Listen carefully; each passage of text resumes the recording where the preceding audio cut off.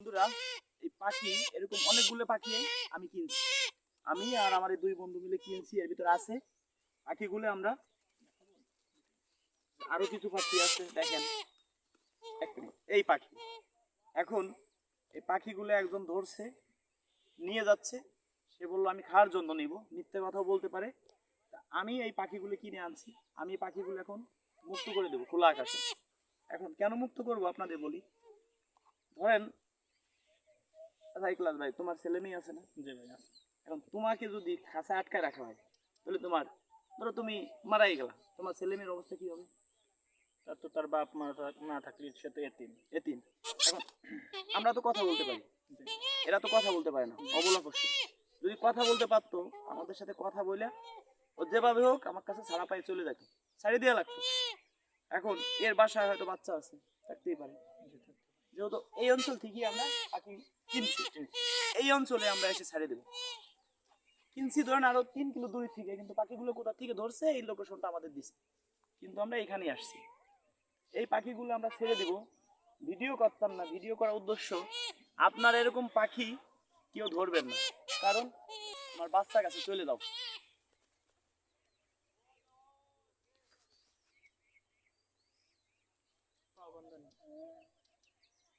না, পাও তো বান্ধা না।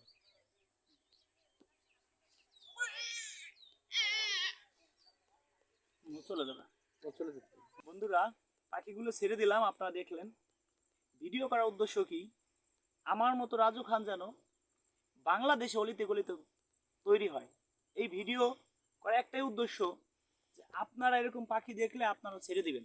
জানি এই ভিডিওটা অপরিমাণ শেয়ার করবেন, আমাকে অনেক ভালোবাসেন। এই পাখিগুলো হয়তো তার বাচ্চা কাছে ফিরে যাইতে পারবে, বাচ্চা তাদের মায়ের মুখ দেখতে পারবে।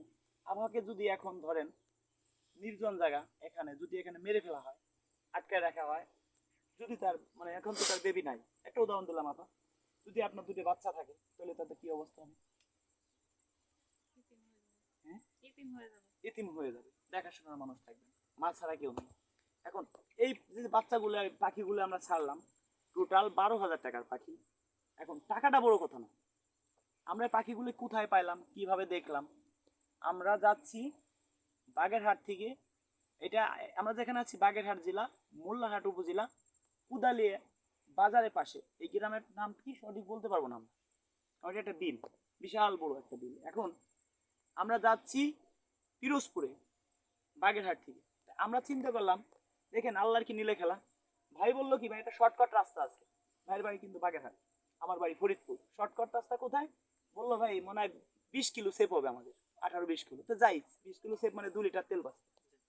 কোথায় দিয়ে? কুদাইলের ভিতর দিয়ে আসলাম।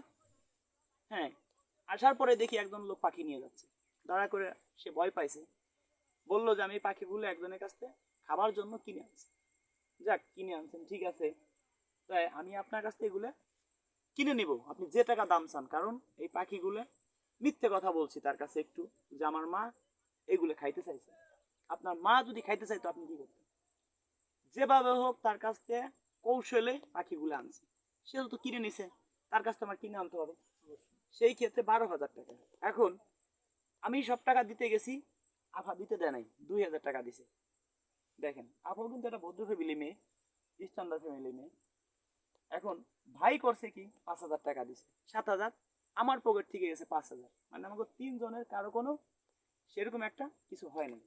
এখন পাখিগুলো যদি আমরা রান্না করে খেয়ে ফেলতাম, হয়তো একবেলা শেষ হয়ে যায়, ঠিক না?